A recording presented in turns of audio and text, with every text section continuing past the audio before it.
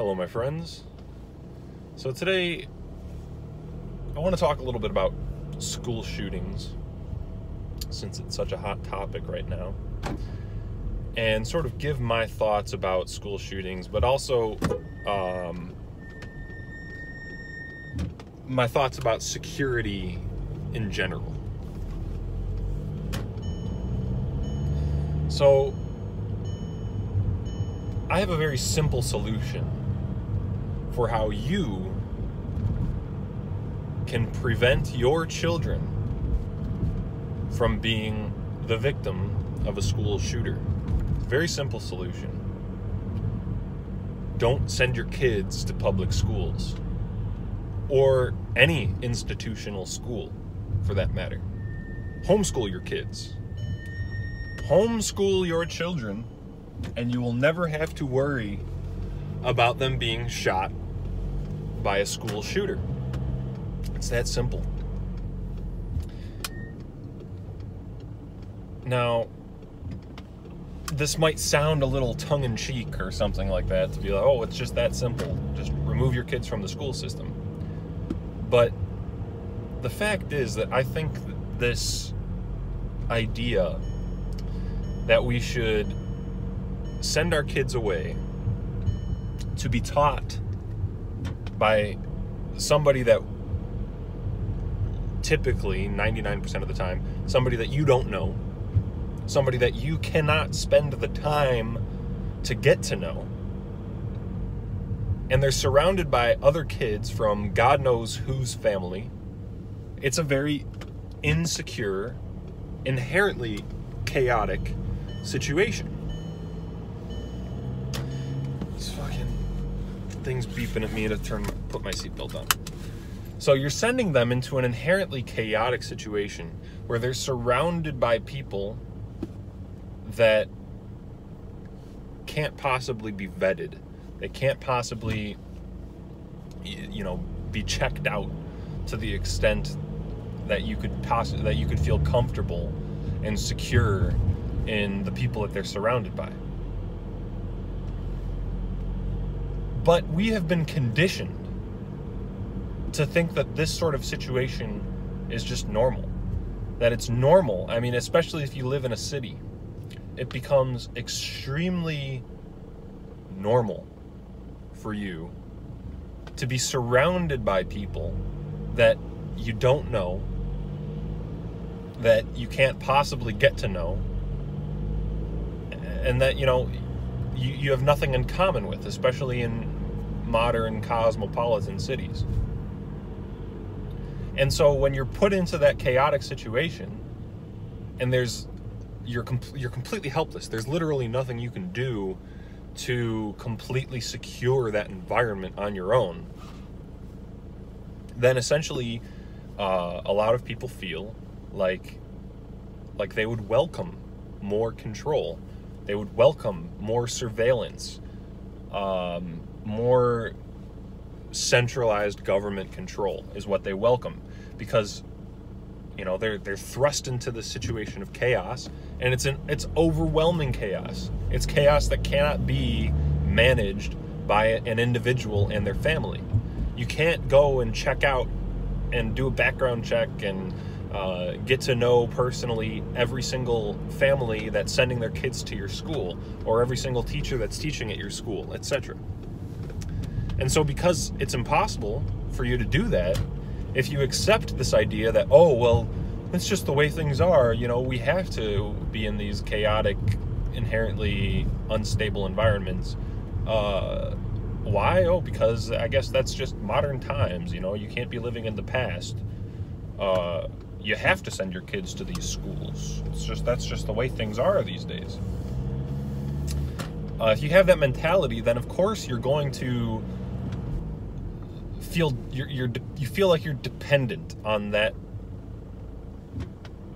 institution, and so you're going to beg them for more control. You're going to beg them to be stricter somehow on how they can control things. And this is I think that this is what I see in places like Europe. and in America and the entire West, where they're bringing in hundreds and hundreds of thousands, millions, effectively, of these foreign people who we have nothing in common with. We don't know. We can't vet them all. We can't get to know them all. There's no possible way that there's any way to control the situation. And some of those people are bound to be Muslim terrorists. And so you get all these people in your society, and if you buy into this idea that, oh, we're dependent on these migrants, we need them, this is just the way things are in the world today, we need immigration, we need these people in our country, therefore, since we need them, since I cannot reject the premise of these people being here, then, oh, well, you know, we need a security state, we need a police state, we need surveillance, you know, on everyone at all times. So it's really that we feel we're dependent on these institutions that thrust us into a chaotic situation, an unmanageable situation. And then since we feel dependent on them and we can't reject them, most people can't just reject it. They can't just say, okay, well, I'm not going to send my kids to public school. Fuck that. Or I'm not going to live in a big city. Fuck that. Because it's inherently chaotic. It's inherently dangerous.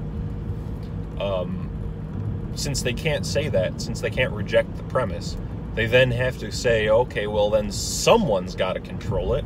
Someone's got to, you know, take the reins here and be able to vet these people. And so they welcome the government control. They welcome this. And so, just going back to the original topic of the school shootings, personally, do I think that these shootings are unscripted, spontaneous, not controlled by some shadowy organization? No, I don't. I do think, and this is a very, you know, roundabout way of saying that I think that there are conspiracy theories behind this, or I think that these events are the result of conspiracies. Yes, but it doesn't matter, right? And that's why I don't really argue the issue. Because from my perspective, and I think that this is sort of like a philosophical principle that I'll take, or a philosophical stance that I'm willing to take, is on principle, because the government is run by a group of corrupt, self-important religious folk, because I know that they are run by a corrupt elite, then I assume that any event that is widely publicized, politicized, is somehow part of their plan. Whether it was carried out by Nicholas Cruz, and whether Nicholas Cruz was genuinely some kind of just lone psychopath acting alone, or whether he was part of some larger plot involving the deep state, involving some kind of shadowy elite, doesn't matter. Because we already know that this shadowy elite exists, so we might as well assume that anything that happens is going to be their doing until proven otherwise.